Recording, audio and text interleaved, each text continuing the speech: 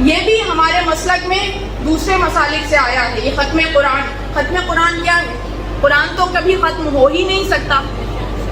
قرآن کبھی ختم ہو سکتا ہے؟ یعنی ختم قرآن آپ نے کہا، اس کا مطلب تو آپ نے نعوذ باللہ قرآن کی تذلیل کی کہ آپ نے کہا قرآن ختم ہو گیا. اگر قرآن ختم ہو جائے تو یہ دنیا ختم ہو جائے گی، ہماری زندگیاں ختم ہو جائیں گی. ختم قرآن کچھ چیز نہیں ہے. قرآن ثواب کمانے کی مشین نہیں ہے. لوگوں نے قرآن کو آج کل ثواب کمانے کی مشین بنایا ہوا. قرآن کس لیے نازل ہوا؟ کہیں نہیں لکھا کہ قرآن ثواب کمانے کے لیے نازل ہوا. نہیں، قرآن ہدایت کے لیے نازل ہوا. ہدی للمتقین، قرآن ہدایت ہے متقین کے لیے. تو قرآن سے ہدایت حاصل کیجیے. ہدایت کیسے حاصل کی جاتی ہے؟ کہ جو ڈائریکشنز ہوتی ہیں، جو گائیڈ لائنز ہوتی ہیں، انہیں پڑھا جاتا ہے، انہیں سمجھا جاتا ہے اور پھر اس پہ عمل کیا جاتا ہے. تو اس میں یہ نہیں ہے کہ کتنی ہدایات پڑھیں، چاہے پورا مینول پڑھ لیا اور سمجھ میں کچھ نہیں آیا تو ہدایت نہیں ہے. اور صرف یہ ہمارے زمانے میں نہیں ہے، امام علی کے زمانے میں بھی ایسا ہی تھا. امیر المومنین امام علی ابن ابی طالب علیہ السلام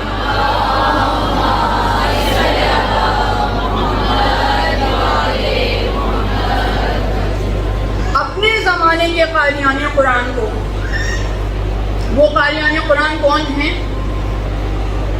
وہ بر صغیر کے رہنے والے نہیں ہیں، وہ یورپ کے رہنے والے نہیں ہیں، وہ چائنا کے رہنے والے نہیں ہیں جنہیں عربی زبان نہیں آتی.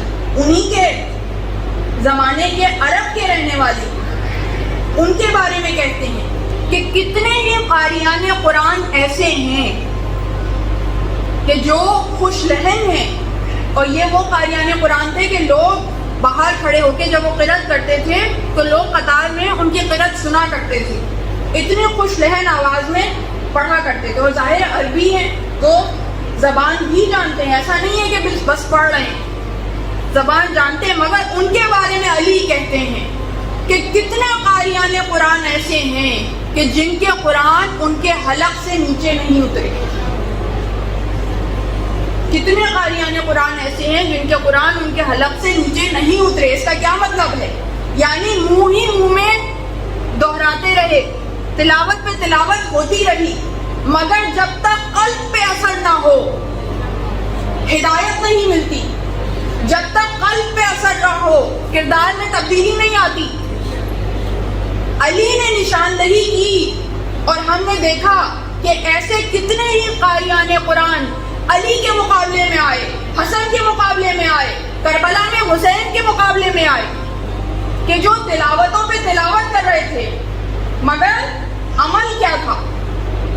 عمل بتا رہا تھا کہ ایک حرف کا بھی اثر نہیں ہے، ہدایت حاصل نہیں ہوئی. تو ہم نے ایسا قرآن نہیں پڑھنا. اسی لیے تراویح پڑھنا ہمارے ہاں غلط ہے، کیونکہ قرآن میں بھی یہ درج ہے. رسول اللہ نے بھی فرمایا کہ قرآن کو آہستہ آہستہ ٹھہر ٹھہر کر پڑھو. یہ نہیں ہے کہ بس تیزی سے پڑھ کے وہ گزرتے چلے جائیں. نہیں، کیوں؟